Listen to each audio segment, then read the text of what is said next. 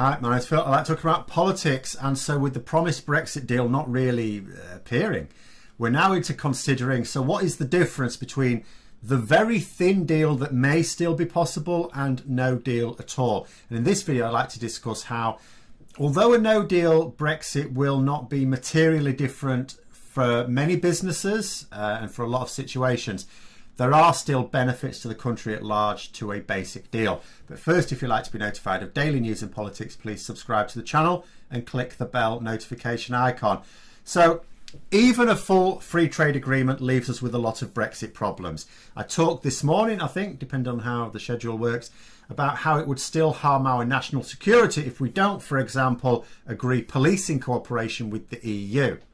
It would also do next to nothing for our services, which make up the vast majority of our economic activity. And even when it comes to trading goods, which the deal would do something for, well, because we're leaving common customs arrangements, we are still going to be experiencing huge delays at the borders in order to deal with the frankly 100-fold increase in customs declarations. And even if we had the systems in place to cope with this, which we don't, and we're not going to anytime soon, but if we did, there would still be problems with traffic flow at these borders because other countries who border the EU experience this. And we don't have the geography at our ports. It's a little bit tricky being an island in some cases. We don't have the geography that allows us to physically expand that space to accommodate easier traffic flow. Hence the lorry parks in Kent and elsewhere, which may or may not be built in time. And all of these are major problems that we've given ourselves that will not be helped even if Boris Johnson had been telling the truth about his oven-ready deal and he'd negotiated in good faith to deliver it. But there are still benefits to even the weakest of all deals that will, well, be the only thing now still possible. So if we can arrange some sort of deal, then it will reduce the number of checks that need to take place. We can't eliminate them completely, but we can reduce them with a deal. Now, given that we don't have anywhere near the capacity to carry out checks, even on the stuff that will definitely need to be checked, you know, in the event of a free trade agreement, any reduction at all in the need for checks will have a significant impact on reducing border chaos. Bearing in mind, Michael Gove has been talking about this, and he said actually we might be helped out by the coronavirus pandemic. The fact that trade has been depressed as a result of COVID means that it will reduce the amount of chaos that would otherwise be caused. In other words, he's saying COVID, the fact that it's knackered a lot of our exporters and businesses, is a good thing because it will make Brexit less severe in the early days. Now, a deal that prevents tariffs, for example, on goods also has two major benefits. One, the fact that the goods will be more competitively priced on the European market, of course. Two, less paperwork needed to export. Now, when it comes to the issue of the tariffs, Brexit supporters keep cheering on the fact that Brexit has shot our currency from out of the saddle, making our exports cheaper.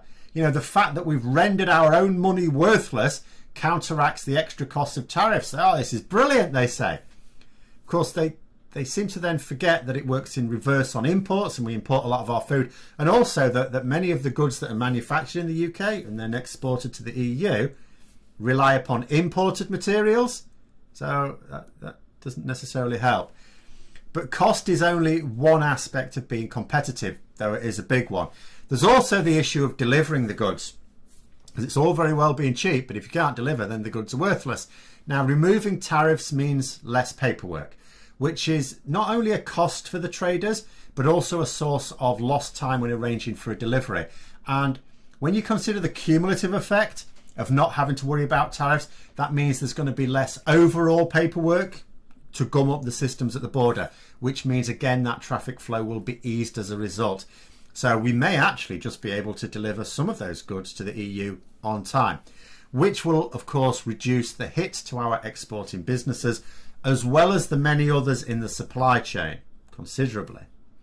And that'll be particularly important for the border between Britain and Northern Ireland, of course. So the purpose of the Northern Ireland Protocol, which Boris Johnson is trying to suggest breaking, is to ensure free movement between Northern Ireland and the Republic of Ireland, but without just letting goods pass from the UK to the EU without controls in place. Now, if we had a tariff-free deal with the EU, then we wouldn't have to worry about tariff collection at least. Or, you know, it would at least be less of a problem. It doesn't go away, I suppose, altogether, because there'd be the issue of goods coming into the UK from another third country and then potentially passing into the EU via Northern Ireland. But the current system appears to be that goods will be subject to tariffs when they pass from Britain to Northern Ireland, just on everything, regardless of whether it needs it or not. But then those tariffs can be claimed back if there's satisfactory evidence that those goods are not at risk of passing into the Republic. Although I need to talk about that one in another video. And I think then the plan was to defer the paperwork as a way of trying to smooth out the complexities, but it may also have been just a way of kicking that can down the road. But no tariffs means you don't need that sort of paperwork, and no paperwork at all on quite a lot of stuff, meaning fewer physical checks needed, meaning that that trade between Britain and Northern Ireland can run a lot more easily, and it would be much less embarrassing for the Brexiteers. Now, I've also talked in the past about aviation. So there is a potential scenario where in the event of failing to secure a deal, our flights to the EU are simply grounded. We would be entirely dependent upon the goodwill of the EU. There's nothing we can do about this on our own. Now, that goodwill may well be forthcoming, especially as a complete freeze is not necessarily in the EU's interests either, but it is likely to be limited in both scope and time. So we can't afford to remain in a no-deal situation for very long if we want to actually travel. Then we come to haulage. So let's say one day, at some point in the future, we get our customs infrastructure and IT systems in place and they all work. This is some years away, but it may happen one day. Now, then we have the issue of physically transporting the goods into the EU. This is not as simple as you may imagine, as I may have imagined at the start of this process, as loading goods onto a lorry and then driving it across the border. Because lorry drivers need permits in order to be able to do this. Now, I've talked about this issue before. So one of the things that really concerns hauliers is in the event of a no-deal Brexit, we don't have very many permits. In fact, we only have basically enough for about a quarter of our haulage operators. So that's 3/4 of our haulage capacity in this country that just can't do anything. Now, a deal is still believed to be less good than what we have in the transition period, which of course gave us largely the same benefits of membership in that regard. So we still won't get as many as we have now, but it will be a lot better than without a deal at all. And this is an issue that just isn't really being talked about enough. You only really see it popping up now and then when you're following what those in the haulage industry are saying. And of course, all of those things ignore the political benefits of a deal as well, meaning that we will be able to more easily discuss deals with other countries who were keen for us to arrange things with the EU first. This, of course, biggest of all, includes the United States. But of course, that's a whole other topic. So if Boris Johnson announces at some point that he's struck a deal, it is inevitable. You know exactly how it will be billed. It will be billed as he will say it's a great victory for his strategy of playing chicken until the last minute and how the EU backs down to his demands. The reality, of course, will be very different, but that's what he will say. We can worry about the details when the EU publish the deal, because the UK government will seek to not publish the deal ever, as they keep trying to suppress all information on trade deals. Remember, they've done that with Japan. They intend to do it with the US as well. And it will still represent a better outcome than no deal at all, because even a very weak deal is better than nothing at all. So unlike when Theresa May said that no deal is better than a bad deal, and actually when it comes to some other countries you could still argue that, I think in the case of the EU there's almost no such thing as a bad deal, in the sense that it would be worse than no deal, because the EU, of course, are not going to adapt. They're not going to ask us to adopt any standards higher than we already have right now anyway. So nothing's going to become worse for us, other than we don't get a say in what those standards are anymore. But that was us leaving. I mean, Japan, for example, has demanded that we accept harsher terms than the EU. And just recently this week, Liz Truss, who was the cabinet minister who arranged that deal, was unable in Parliament to explain a single benefit of the Japanese trade deal, which is telling.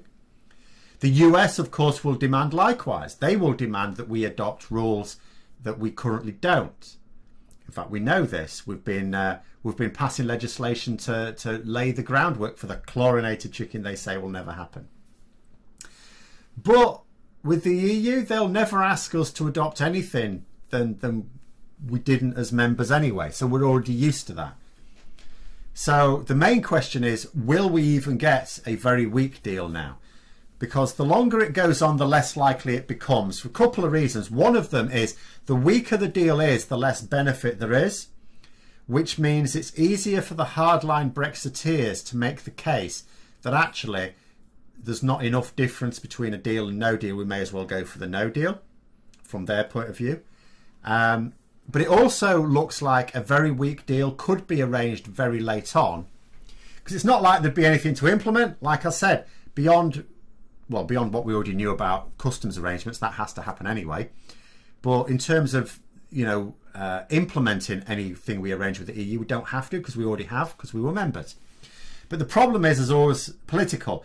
Boris Johnson is reportedly concerned that if he strikes a deal now, it won't just be Nigel Farage accusing him of selling out, it'll be Dominic Cummings as well. Blinking to get the deal because the EU played hardball is what they will say. Now, if this is true, this is really Boris Johnson's concerns, and that remains the political perception of Johnson, then we may not agree one until next year, or at the very least a few days before the end of this year, which will of course lay bare the full reality of a no-deal Brexit for everyone to see, which means therefore there is a counter view that Boris Johnson cannot afford to have a no-deal outcome, because it would show the most extreme consequences of Brexit to the people in a way that cannot be denied. So that line of thinking goes that he must agree something, even if it's the weakest deal imaginable.